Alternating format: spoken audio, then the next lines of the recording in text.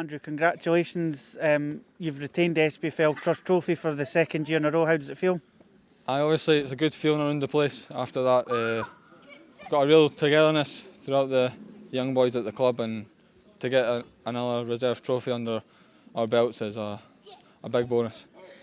We seem to deserve the lead at half-time, going in 1-0 ahead through Taylor Sutherland. What was the message at half-time from the manager? I think we knew what was going to be coming second half. They were going to get a rifling at half-time and come at the second half all guns blazing, so it was just about trying to nullify that as much as we could, which I thought we could have done a wee bit better with that, to be honest with you, but we got over the line in the end, which was the main goal before the game kicked off, so absolutely delighted. In that second half, as you said at the start of it, Kelly really seemed to come out and exert their dominance and got the equaliser, and the game then became a little bit more physical and a bit of a battle, and you were in the thick of it. Talk us through what it was like from your perspective.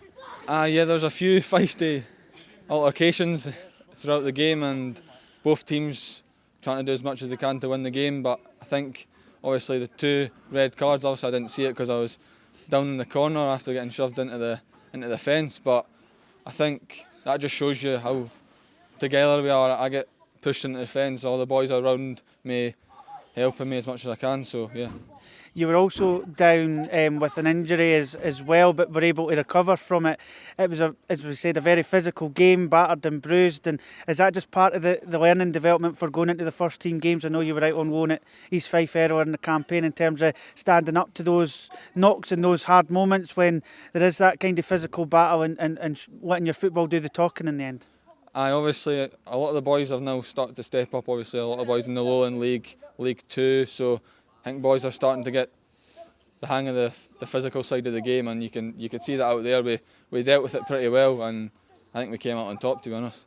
After the red cards, one for either team in that melee that you speak of, we really seemed to take the game by the scruff of the neck and really kicked on and of course found the winning goal. Did you feel that in a strange way the red cards kind of galvanised the group and allowed you to go and kick on and win the game? Yeah, I think actually the red cards kind of helped us a wee bit.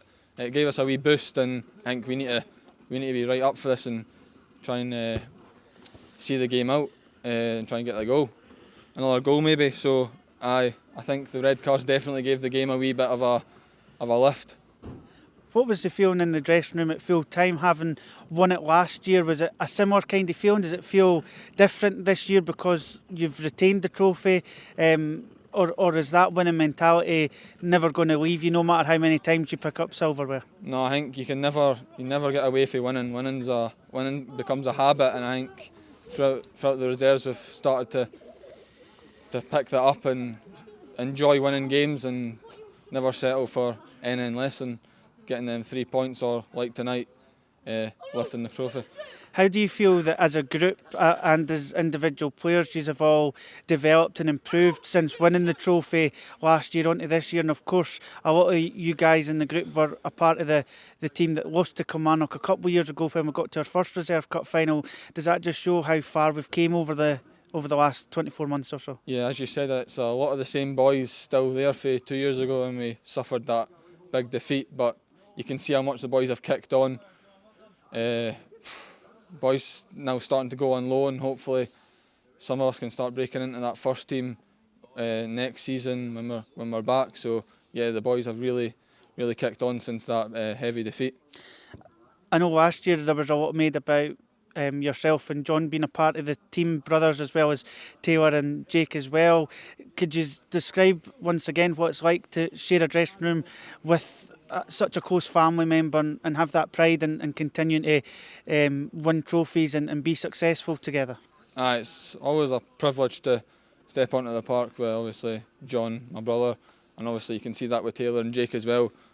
We're so close as a group, and yes, it's a weird feeling sometimes when you step out in the park with your brother, but nothing beats it. And the next challenge, I suppose, is for you guys to try and cement a place in Dunfermline's first team going forward. Yeah, hopefully. Only 2 games left now of the season, so hopefully I can maybe get involved, and then obviously have a good off-season, come back ready for pre-season, hopefully me and the other boys can break into that first team. And just finally, just under 1,000 Dunfermline fans here tonight at Kelty. What did their backing and support mean to you boys in the dressing room throughout the whole 90 minutes? Yeah, obviously there was a big crowd. Not many of us play under them kind of numbers week in, week out. So yeah, just happy to obviously play under them, and thank you for coming to support us. It means a lot to the boys in the dressing room.